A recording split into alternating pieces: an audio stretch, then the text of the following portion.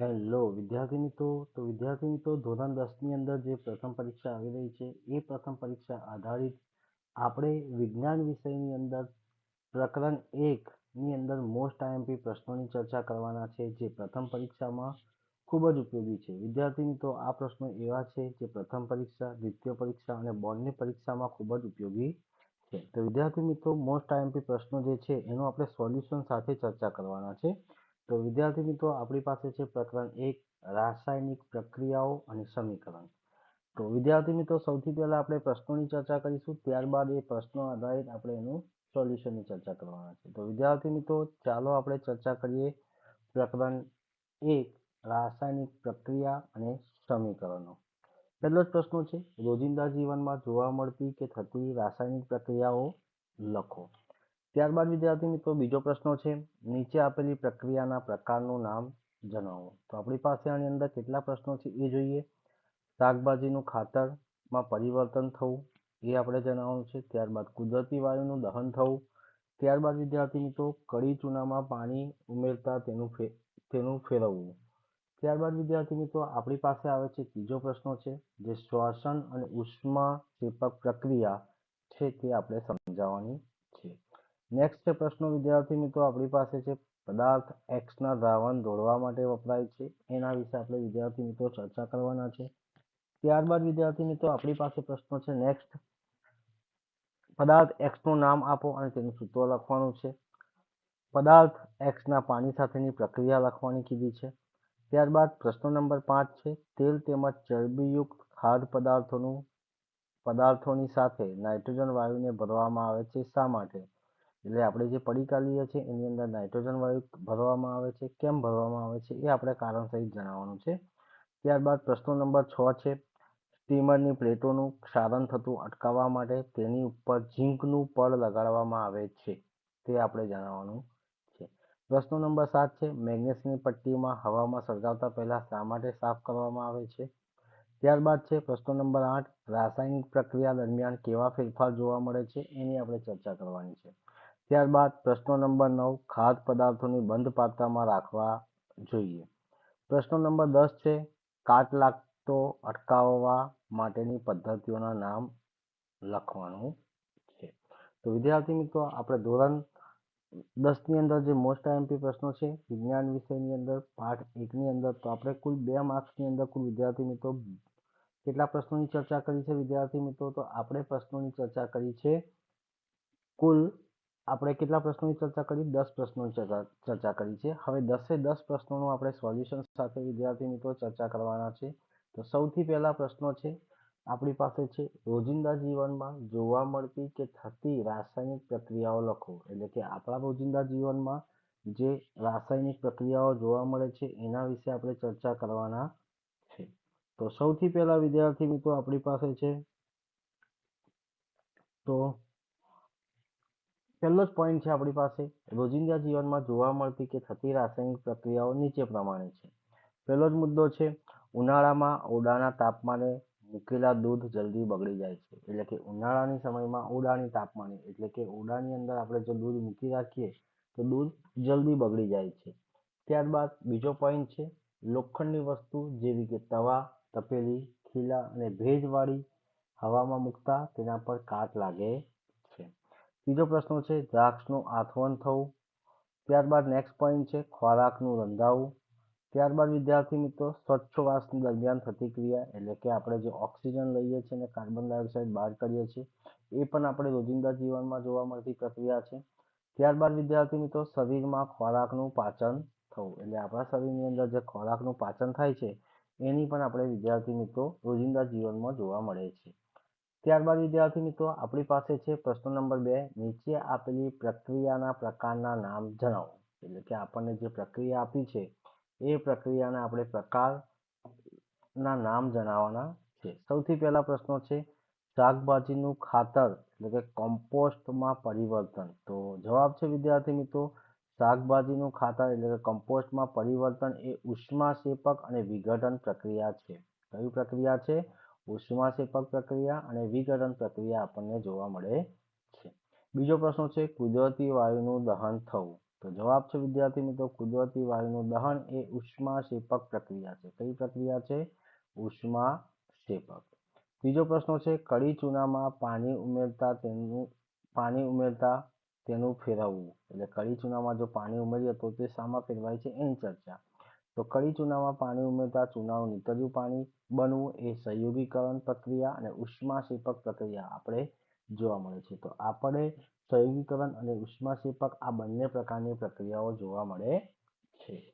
ત્યારબાદ વિદ્યાર્થી મિત્રો આપણી પાસે છે પ્રશ્ન નંબર 3. શ્વસન એ ઉષ્માક્ષેપક પ્રક્રિયા છે, સમજાવો. શ્વસન એ કેવી પ્રક્રિયા છે? ઉષ્માક્ષેપક પ્રક્રિયા છે, એ આપણે સમજાવવાનું કીધું છે. તો સૌથી પહેલા નંબરનો પોઈન્ટ છે જીવન જીવવા માટે ઉર્જાની જરૂર પડે છે. આપણે જે ખોરાક ખાઈએ છીએ તેમાંથી આ ઉર્જા મળે છે. પાચન દરમિયાન ખોરાક વધુ સરળ પદાર્થોમાંથી વિભાજિત થાય છે અને દાખલા તરીકે ભાત, બટાકા, બ્રેડમાં કાર્બોદિત પદાર્થ હોય છે. આ કાર્બોદિત પદાર્થનું વિભાજન થઈ ગ્લુકોઝ ઉદ્ભવે છે. આ ગ્લુકોઝ આપણા શરીરમાં કોષમાં રહેલા ઓક્સિજન સાથે સંયોજાઈને ઉર્જા પૂરી પાડે છે અને આ પ્રક્રિયાને આપણે શ્વસન પ્રક્રિયા તરીકે પણ ઓળખવામાં આવે છે. આમ શ્વસન દરમિયાન ઉર્જા મુક્ત થતી હોવાથી શ્વસન એ ઉષ્માક્ષેપક પ્રક્રિયા પણ કહેવામાં આવે છે. રાસાયણિક પ્રક્રિયાની અંદર વાત કરી વિદ્યાર્થી મિત્રો C6H12O6 કયા સ્વરૂપે છે? ક્ષાર એકવાહક સ્વરૂપે છે. એની અંદર ઓક્સિજન વાયુ એ પણ આપણને ક્ષાર સ્વરૂપે જોવા મળે છે. એટલે કે C6H12O6 ની અંદર આપણે O2 ઉમેરીએ તો આપણને શું મળે છે? કાર્બન ડાયોક્સાઇડ છૂટું પડે છે. પાણી અને ઉર્જા એટલે કે ગ્લુકોઝ આપણને શક્તિ સ્વરૂપે જોવા મળે છે. ત્યારબાદ વિદ્યાર્થી મિત્રો આપણી પાસે છે પ્રશ્ન નંબર 4. પદાર્થ Xનું દ્રાવણ દોડવા માટે વપરાય છે. પદાર્થ Xનું જે દ્રાવણ છે એ શાના માટે વપરાય છે વિદ્યાર્થી મિત્રો? દોડવા માટે વપરાય છે. એની આપણે ચર્ચા કરવાની છે. સૌથી પહેલા છે પદાર્થ Xનું નામ આપો અને તેનું સૂત્ર લખો. બીજો પ્રશ્ન છે પદાર્થ Xના પાણી સાથેની પ્રક્રિયા લખો. તો જવાબ છે વિદ્યાર્થી મિત્રો પદાર્થ X એ કેલ્શિયમ ઓક્સાઇડ છે. શું છે? પદાર્થ X જે છે દોડવા માટે જે વપરાય છે એ કયો છે? કેલ્શિયમ ઓક્સાઇડ છે. અને કેલ્શિયમ ઓક્સાઇડનું જે અણુસૂત્રો છે એ CaO છે. કેલ્શિયમ ઓક્સાઇડ પાણી સાથે તીવ્રતાથી પ્રક્રિયા કરી ચૂનાનું નીતર્યું પાણી એટલે કે CaOH બનાવે છે અને અધિક પ્રમાણમાં ઉષ્મા મુક્ત કરે છે. શું કરે છે? અધિક પ્રમાણમાં ઉષ્મા મુક્ત કરે છે. CaO plus H2O gives CaOH twice. ત્યારબાદ વિદ્યાર્થી મિત્રો આપણી પાસે આવે છે પ્રશ્ન નંબર 5. તેલ તેમજ ચરબીયુક્ત ખાદ્ય પદાર્થની સાથે નાઇટ્રોજન વાયુને ભરવામાં આવે છે. શા માટે? તો જવાબ છે વિદ્યાર્થી મિત્રો તેલ તેમજ ચરબીયુક્ત ખાદ્ય પદાર્થો હવામાંના ઓક્સિજન સાથે પ્રક્રિયા કરીને ખાદ્ય પદાર્થોને ખોરો કરે છે. એટલે કે તેલ તેમજ ચરબીવાળા જે પદાર્થો છે ખોરાકો છે એ હવામાં ઓક્સિજન સાથે પ્રક્રિયા કરે તો પદાર્થને શું કરે છે? ખોરો કરે છે. એટલે કે બગાડ કરે છે. શું કરે છે? આપણી સાથે પદાર્થને બગાડ કરે છે. આવા ખાદ્ય પદાર્થ સ્વાસ્થ્ય માટે શું છે? નુકસાનકારક છે. કેવા છે આવા પદાર્થો? સ્વાસ્થ્ય માટે નુકસાનકારક છે. તો આથી ખોરાકને બગડતો અટકાવવા માટે એન્ટીઓક્સિડન્ટ તરીકે નાઇટ્રોજન જેવા નિષ્ક્રિય વાયુ ભરવામાં આવે છે. એટલે કે જે ખોરાક જે છે એ ખોરાકને જો બગાડ થતો અટકાવવા માટે એની અંદર જે એન્ટીઓક્સિડન્ટ તરીકે નાઇટ્રોજન વાયુ જે છે એ નાઇટ્રોજન વાયુ નિષ્ક્રિય છે એને આપણે ભરવામાં આવે છે. ત્યારબાદ વિદ્યાર્થી મિત્રો પ્રશ્ન નંબર 6 છે. પ્રશ્ન નંબર 6 ની અંદર શું કીધું છે? સ્ટીમરની પ્લેટોનું ક્ષારણ થતું અટકાવવા માટે તેની ઉપર ઝીંકનું પડ લગાડવામાં આવે છે. તો જવાબ છે વિદ્યાર્થી મિત્રો સ્ટીમરનું પ્લેટો લોખંડની બનેલી હોય છે. તેની ઉપર પાણી અને ભેજની હાજરીના લીધે અમુક સમય બાદ લાલાશ પડતો કથ્થાઈ રંગનો પાવડર જામી જાય છે, જેને લોખંડનું કટાવું અથવા લોખંડનું ક્ષારણ થયું કહેવાય છે. જવાબ છે આથી લોખંડનું ક્ષારણ થતું અટકાવવા માટે લોખંડ કરતાં વધુ સક્રિય ધાતુ Znનું તેની ઉપર પડ લગાડવામાં આવે છે. નેક્સ્ટ પ્રશ્ન છે વિદ્યાર્થી મિત્રો પ્રશ્ન નંબર 7. મેગ્નેશિયમની પટ્ટીને હવામાં સળગાવતા પહેલા શા માટે સાફ કરવામાં આવે છે? તો જવાબ છે વિદ્યાર્થી મિત્રો મેગ્નેશિયમ ધાતુ ખૂબ જ ક્રિયાશીલ હોવાથી તેને હવામાં ખુલ્લી રાખતા તેની બહારની સપાટી પર MgOનું નિષ્ક્રિય પડ બાંધી જાય છે. આ MgO નું નિષ્ક્રિય પળ બાળી જાય છે એની સમીકરણની ચર્ચા કરી તો મેગ્નેશિયમ પ્લસ ઓક્સિજન એટલે કે મેગ્નેશિયમની પટ્ટી હોય એની સાથે ઓક્સિજન સાથે પ્રક્રિયા થાય તો MgO એટલે કે MgO નું નિષ્ક્રિય પળ બાળી જાય છે. આ MgO નિષ્ક્રિય પળને કાચ પેપર વડે સાફ કરવાથી મેગ્નેશિયમની પટ્ટી સરળતાથી ઓક્સિજન સાથે પ્રક્રિયા કરે છે. આથી મેગ્નેશિયમની પટ્ટીને હવામાં સળગાવતા પહેલા સાફ કરવામાં આવે છે. શું કરવામાં આવે છે? હવામાં સળગાવતા પહેલા સાફ કરવામાં આવે છે.